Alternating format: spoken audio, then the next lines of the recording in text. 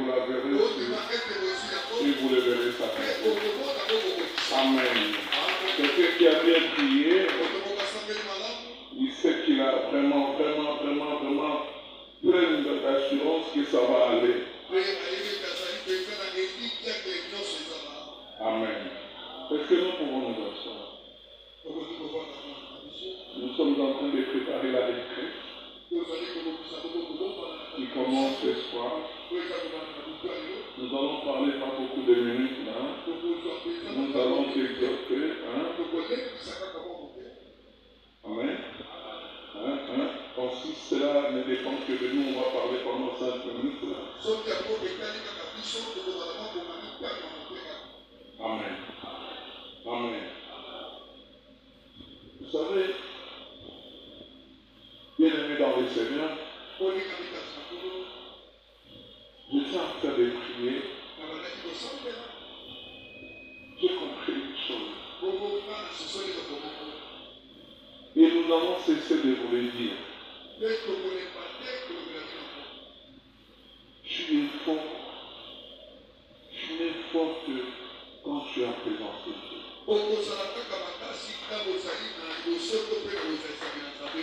Tu es fort quand tu pries. L'arme que le diable utilise, l'arme efficace, c'est de t'empêcher d'être en présence du Seigneur et de recevoir la sémence.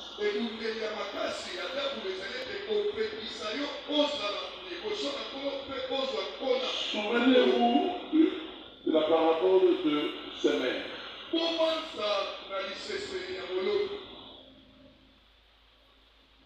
La Bible dit, quand le Seigneur commence à expliquer, il dit que celui qui sème, c'est qui? C'est Dieu. La sémence, les graines, c'était quoi? C'est la parole. Retenez vous-même. Il dit, les semaines, l'image, c'était Dieu. Et la sémence là, c'était la parole de Dieu. Amen. Quand il explique maintenant la paix, il dit, là où on a planté d'autres, c'était sur une terre caresseuse, la sémence n'est pas entrée. Il dit encore, il y avait les bords du chemin, les oiseaux ont bouffé. C'était un cœur qui n'avait pas entrer.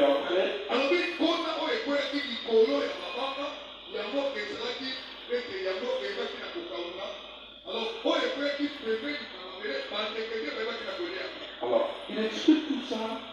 Moi, ce qui m'intéresse pour te dire, les sémères, c'est Dieu. Mais quelle était sa sémence? C'était la parole. Est-ce que tu comprends ça? Donc Dieu, pour nous nourrir, pour nous donner la force, il utilise la parole. Amen. Il dit, là où je vais te dire, il y a des graines qui sont tombées. Amen. Au bord du chemin. Et les oiseaux ont bouffé ça. Il dit quoi? C'est les paroles la personne qui a écouté la parole, il a été radieuse d'avoir écouté la parole, mais une fois sorti, mais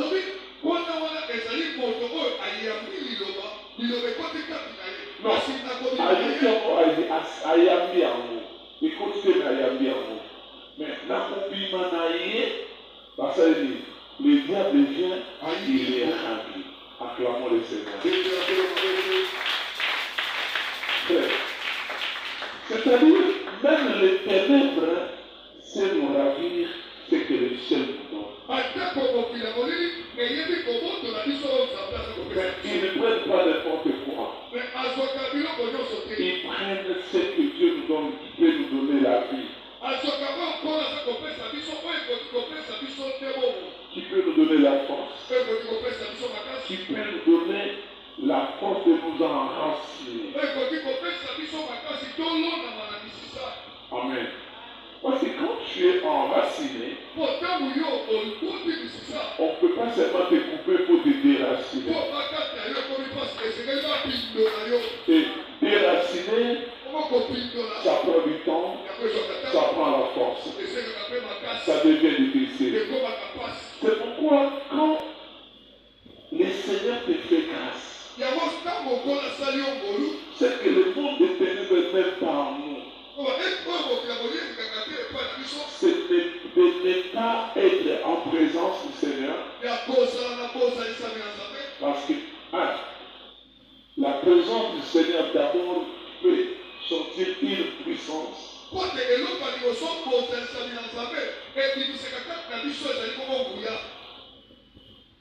Qu'est-ce que ce Christ a dit? Une femme m'a touché.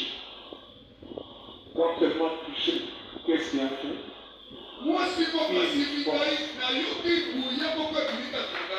Cette femme ne l'a pas touché comme ça. Ce n'est pas le fait de toucher comme ça, mais ce qui était en elle, la foi qui était en elle, de dire que quand je le touche, parce que tout le monde touchait le Seigneur, mais cette femme-là, c'était exceptionnel. Il y avait une force. Il s'attendait à recevoir quelque chose du Seigneur. Et quand il a touché, le Seigneur a dit, une force est sortie de moi. Je parle aux enfants des prophètes. Je sens à ceux qui sont affermis qui sont dans l'église, qui ont comme colonne les prophètes et les évangélistes.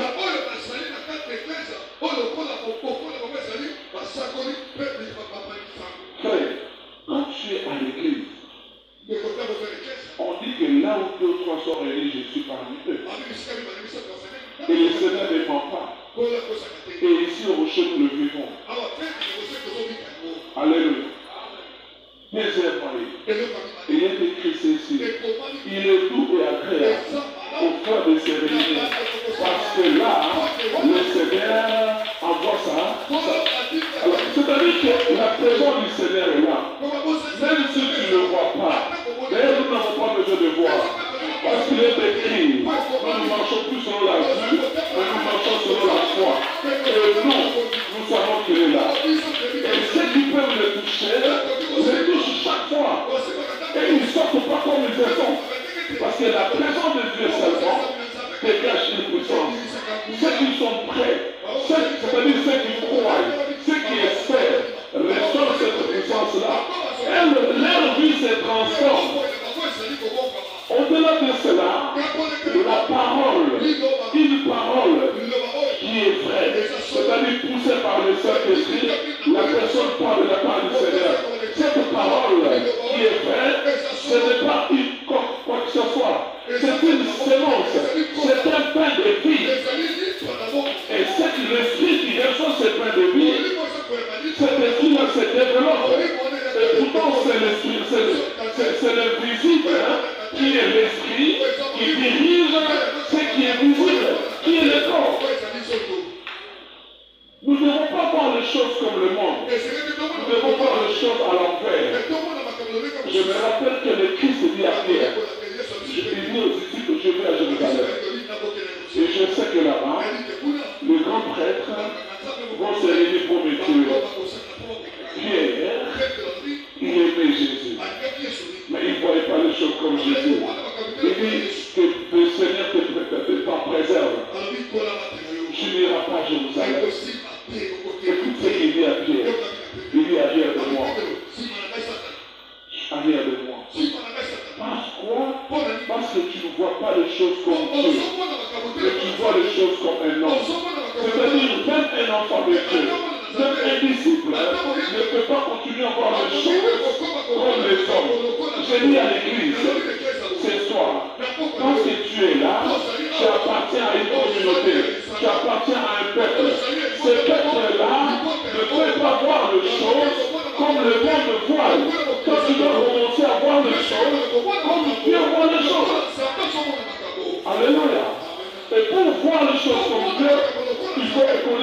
parole. Il faut l'aimer. Il faut écouter son esprit. Et là, tu verras les choses comme Dieu. Tu marcheras avec Dieu. Qui a dit Amen? Qui a dit Amen? Il faut tuer la personne que tu es. Dans le baptême, dans les enseignements, tue ta propre personne. Laisse la personne du Christ puisse monter en toi. Quelqu'un comprend? Comment ça tuer ta personne? Si ta personnalité est orgueilleuse, dis à Seigneur, brise-moi. Si tu peux gêner, pour t'humilier, afin que la faveur de Dieu vienne sur toi, pour que Dieu te voie, que tu cherches réellement à être brisé. Oui.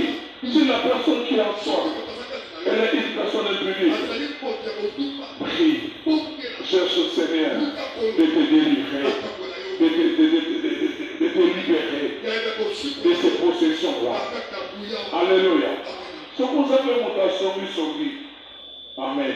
Vous avez cocaté, bon de là. Toute ta personne, toute la personnalité qui est là, dans la chair, pour que le Seigneur prenne place. Toi, tu dois t'effacer pour que le Seigneur monte. Amen. Je veux dire, par exemple, je vais m'arrêter pour dire à ceux qui aiment Dieu, à ceux qui aiment servir Dieu, ou bien à ceux qui veulent s'aventurer, pour dire que, tu sais, j'étais en train de dire que moi, ça m'a pris beaucoup de temps pour m'accepter. Non, pour m'accepter, serviteur de Dieu. Je refusais. Je ne croyais pas. Et aujourd'hui, je disais au Seigneur, j'acceptais, mais en moi, je ne voulais pas. Quand je voyais ta sainteté, et quand je voyais mon imperfection, je ne pensais pas que moi, je pouvais te servir. Je ne croyais pas. Les gens veulent aujourd'hui être serviteurs de Dieu. C'est peut-être un privilège, mais c'est un fardeau. C'est un fardeau. Alléluia. Le Christ dit aussi, il est écrit, vous qui avez des fardeaux, venez à moi. Mais il est aussi écrit, celui qui veut me suivre, puisse prendre sa croix et marcher derrière moi. Prendre sa croix, la croix, marcher avec la croix pour Jérusalem. C'est pas facile. C'est une honte. Amen. C'est une condamnation. Des fois, tu sais que mon tabou fait un affaire qui vous l'a mis sur mon nom, sur la mousse, vous allez sur pour les faire. Je commence à me dire pourquoi j'ai fait ça. Même si tu as provoqué, tu commences quand même à te rappeler de la parole. Il dit que ceux qui vont bêter sur le bâtard, le boulot, le ça, pourquoi c'est la salle, pourquoi j'enseigne les autres. Nous sommes au salle comme si nous sommes l'amour. Tu es esclave. C'est pourquoi nous appelons je suis esclave. Mais quand tu n'es pas esclave, c'est que tu n'appartiens pas au Seigneur. Alléluia. Quand tu n'es pas esclave, tu n'es pas Seigneur. Il y a des plaisirs que tu peux te faire comme les autres. Mais tu ne peux pas le faire. Il y a des endroits où tu ne peux plus entrer. Même pas par péché, mais par simple conviction. Alléluia. Et ce n'est pas seulement pour les serviteurs, pour nous tous. C'est un privilège par rapport à l'espérance, la gloire qui arrive. Mais dans ce monde présent, c'est un sacrifice. Tu ne peux pas faire comme les autres. Et d'ailleurs, il a dit les enfants de ce monde et les enfants du royaume. Tu ne peux pas être enfant du royaume et faire toujours ce que les enfants du monde font. Amen. Amen. Il y a une celui qui est dans la parisien. Maman n'a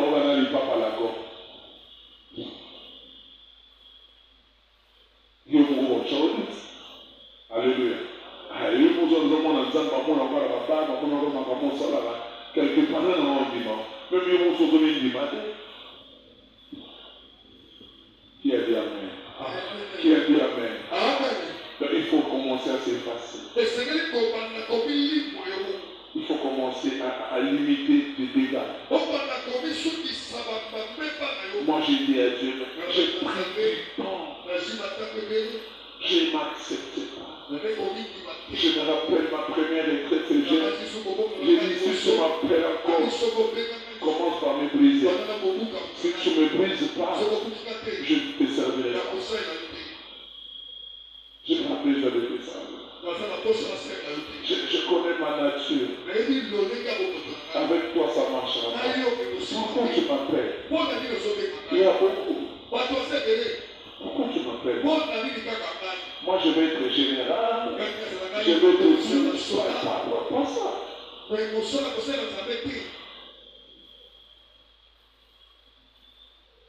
Alléluia. Quand tu veux être un enfant de Dieu, il y a des privilèges, mais il y a aussi des obligations. Tu dois oublier.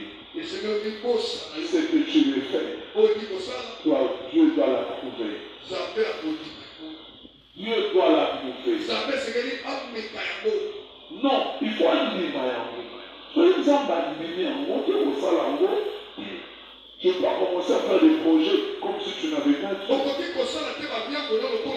Tu ne vas pas te marier avec n'importe qui. Parce qu'il a l'argent, parce que... Non. Non, tu ne peux pas te marier avec n'importe qui. Tu ne peux pas épouser n'importe qui. Tu ne peux pas te marier aussi avec n'importe qui. Parce que tu veux vivre la vie éternelle. Et il dit que malheur à ce peuple qui fait des alliances sans me consulter. Qui fait des projets sans me consulter. Tu dois accepter tes projets, le soumettre à Dieu. Lui demander s'il approuve. S'il n'approuve pas, même si c'est bien, tu ne le fais pas. Mais un projet, même si toi tu n'approuves pas, mais Dieu dit que tu le fais, tu dois le faire. Tu veux prendre un chemin, on te dit, Dieu dit, prends ce chemin-là. Comme Jonas.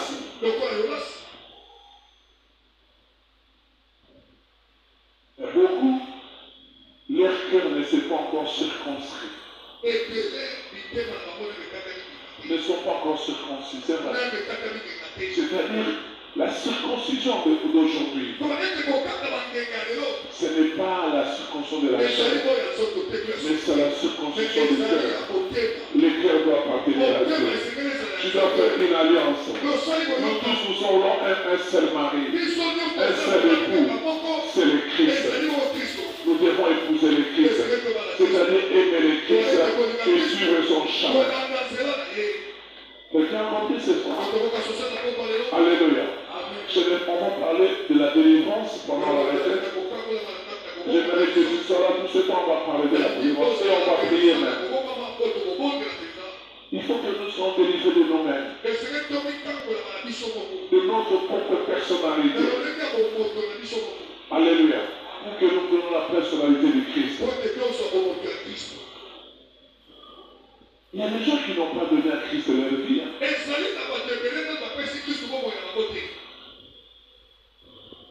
Ces peuples mon nom de l'être. Mais dans leur cœur, je ne suis pas là. Alléluia. Je crois que les gens sont tristes. Je veux dire la vérité. Un pasteur qui est aimé par tout le monde, c'est un mauvais pasteur.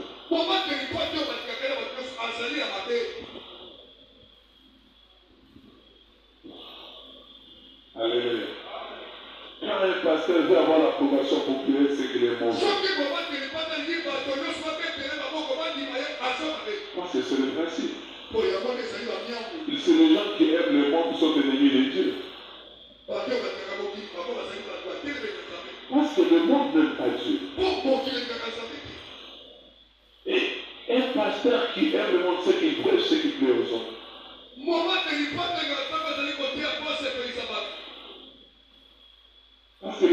aiment écouter ce qui plaît à leur oreille. Mais souvent les hommes n'aiment pas écouter ce que Dieu leur dit. Parce que les hommes pensent qu'ils sont très intelligents, ils sont capables de tout en eux-mêmes. Ça c'est la nature humaine. Et souvent ils s'opposent à la volonté de Dieu. Et pourtant le pasteur et le prophète sont là comme des bergers et ramener le cœur des enfants vers le cœur de Dieu. Au prochain nous devons aimer Dieu. Ma prière de tous les jours pour toi qui es là, mais pour ceux qui viendront, vous viendrez pour aimer Dieu d'abord. Je prie pour que ton cœur aime d'abord Dieu. Quand tu ne sais pas, mais je te dis un secret. Ma prière de tous les jours, quand je me mets vraiment à prier, quand je prie pour toi, je prie pour que ton cœur puisse aimer Dieu. Et si tu aimes Dieu, ça sera facile. C'est ça la prière, le rôle des pasteurs. Je n'aimerais pas que tu puisses m'aimer, mais j'aimerais que tu puisses aimer d'abord Dieu. Si tu aimes Dieu, tu pourras m'aimer moi après. Alléluia. Mais si tu m'aimes naturellement comme ça, ce n'est pas bon. Que le Seigneur te bénisse.